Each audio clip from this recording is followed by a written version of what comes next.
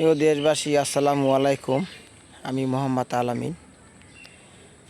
আমাদের বাংলাদেশ সরকারে ধন্যবাদ জানাই যে ভারত ট্রানশিপ শিপমেন্ট বাতিল করছে বিমান এবং নৌপথ যোগাযোগের ব্যবস্থায়।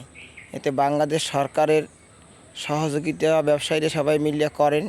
আর বাংলাদেশ বর্তমান যারা সরকার আছেন তারাও ভালো উদ্যোগ নেন যেন জনগণের ভালো হয়, কল্যাণের কাজ হয়, তাই করেন।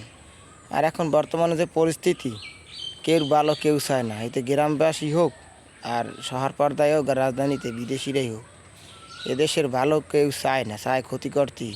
পার্শ্ববর্তী দেশ তারা কোনো দিন ভালো আমাদের চাইবেও না, ক্ষতি করতেই চাইবে। সাবধানে পা ফেলাইবেন, মিলেমিশে কাজ করবেন। আল্লাহ হাফেজ।